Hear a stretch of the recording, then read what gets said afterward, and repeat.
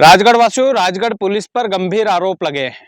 अगर ये आरोप सही है तो यूं मानिए कि राजगढ़ की पुलिस की संवेदनहीनता पूरी तरीके से, माफ कीजिएगा, संवेदनशीलता पूरी तरीके से मर गई है। संवेदनहीन पुलिस बन गई है। दरअसल राजगढ़ की जो टीआई मैडम है मंजू मखेनिया, उन पर एक फरियादी ने गंभीर आरोप लगाया है। वो आरोप मैं आपको वीडियो में दिखाना चाहता हूं। सबसे पहले आप वो वीडियो देखिए, उसके बाद हम इस मुद्दे पर गहराई से चर्चा करेंगे कि जिस हिसाब से फरियादी ने मैडम साहिबा पर आरोप लगाए हैं, और अगर ये आरोप सही है तो फिर इस दुनिया में आदमी जाएगा तो गुहार लगाने के लिए कहाँ जाएगा साहब? थाना पहली दहलीज होता है, और यदि पहली दहलीज पर ही उसे इतना जलील कर दिया जाए कि वो जहर खाने पर मजबूर हो जाए, तो फिर शर्म आनी चाहिए राजगढ़ जिले की पुलिस को। राजगढ़ जिले के एसपी साहब इस मामले में पूरी जांच बैठाइए। अगर ये जांच सही पाई जाती है तो राजगढ़ कोतवाली से मंजू मखेनिया मैडम को विदा कीजिए। पहली बात ये। दूसरी बात ये कि मंजू मैडम ने एक महिला फरियादी के साथ यदि इतनी बदतमीजी की है जो वो आरोप लगा रही हैं, तो वाकई में शर्मसार है कि एक महिला टीआई होने के बाद भी एक महिला की संवेदना को उन्होंने नहीं समझा। मैं चाहता हूं कि सबसे पहले वो वीडियो देखिए जिस पर मैं इतना ज्यादा गुस्सा हो रहा हूं। सबसे पहले वो वीडियो देखिए, उसके बाद हम इस मुद्दे पर गहराई से चर्चा करेंगे।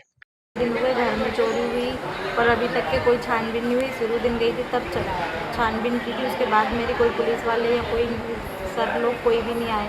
मैं उन्हें उसके बाद में आवेदन भी दिए जगह जगह। उसके बाद में कल भी मैं जन सुनवाई में गई थी, वहाँ से फ़ोन आया था टीआई मैडम के पास में। टीआई मैडम के पास जब मैं थाने पे पहुँची तो टीआई मैडम ने मेरे ऊपर गलत आरोप लगाए। तो आपने झेर क्यों खाया? टीआई मैडम ने मेरे ऊपर गलत आरोप लगाए थे, इसलिए मैंने ढेर खाया, क्योंकि मेरी बेइज्जती होगी पूरे मोहल्ले में। कुछ लोग मुझे गलत नज़र से देख रहे हैं। इस चीज़ का मैडम मुझे सबूत दिखाए कि मैंने क्या गलत करा।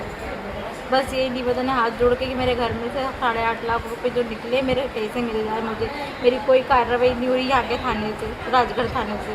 मैंने हर जगह आवेदन दिए, फिर भी मेरी कोई कार्रवाई नहीं हो रही। भैया आपसे हाथ जोड़ के विनती निवेदन है कि मेरी कार्रवाई जल्द से जल्द हो। मैं बहुत मजबूर, परेशान, लाचार औरत हूँ, विधवा औरत हूँ। मेरी 2 बेटियाँ, उनका पालन पोषण बहुत मुश्किल से करती हूँ मैं। मेरे घर वालों ने सपोर्ट किया था पैसे देने में, मेरी मम्मी ने, मेरे जमाई ने।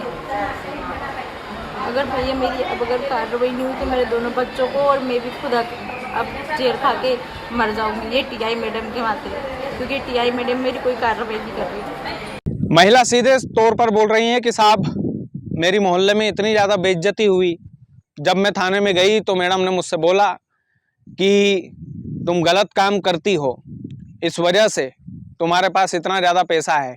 8-8.5 लाख रुपए का कुछ मामला है, जिसमें सीधे तौर पर फरियादी ये बोल रही है कि इतना पैसा कहाँ से आया। टीआई मैडम ने सीधे तौर पर हम पर यह आरोप लगाया, इतना पैसा आया है तुम्हारे पास तो निश्चित तौर पर तुम कुछ गलत काम करती होगी।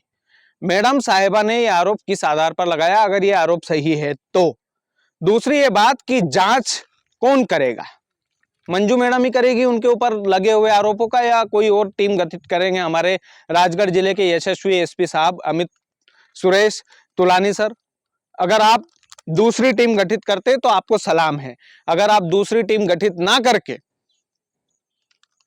उसी टीम को जांच सौंपेंगे तो चोर की जांच तो सर चोर ही करेगा, इसमें कोई दो राय नहीं है। हमारा सीधा ये मानना है कि यदि किसी थाना प्रभारी की वजह से कोई भी फरियादी जहर खा ले, जान देने की कोशिश करे, यहां तो आम आदमी की भी, भाई साहब, अगर आम आदमी के का नाम तक लिख लिया जाता है, कोई सुसाइड में मर जाता है तो उसको जेल में उठाकर डाल दिया जाता है। यहां तो फरियादी सीधे तौर पर यह आरोप लगा रही है कि मुझसे राजगढ़ कोतवाली की जो टीआई मैडम है, उन्होंने सीधे तौर पर यह कहा कि तुम गलत काम करती हो।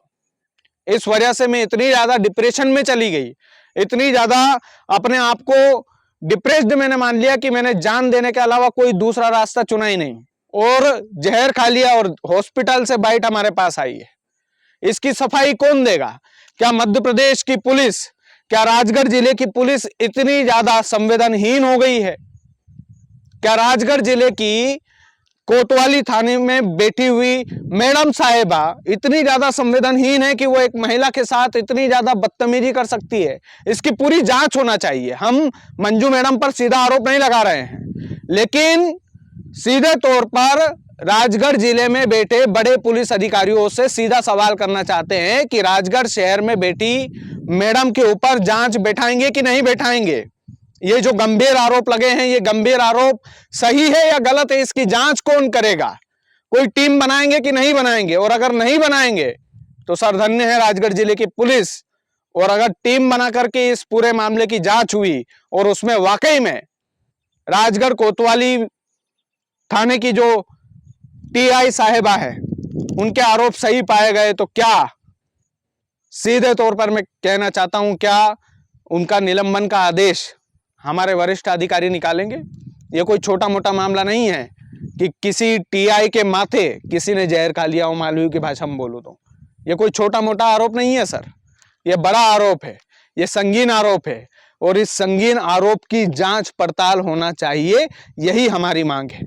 टीआई मैडम अगर गलत नहीं है तो उनको जांच से डरना नहीं चाहिए। फरियादी अगर गलत नहीं है तो उनको जांच करवाने से नहीं डरना चाहिए। अगर इस जांच में जो भी व्यक्ति गलत पाया जाता है, क्योंकि थर्ड पर्सन के हाथ में जांच सौंपनी पड़ेगी, सीधी बात है, ये पुलिस का काम है, वो पुलिस जाने, लेकिन ये आरोप गंभीर है।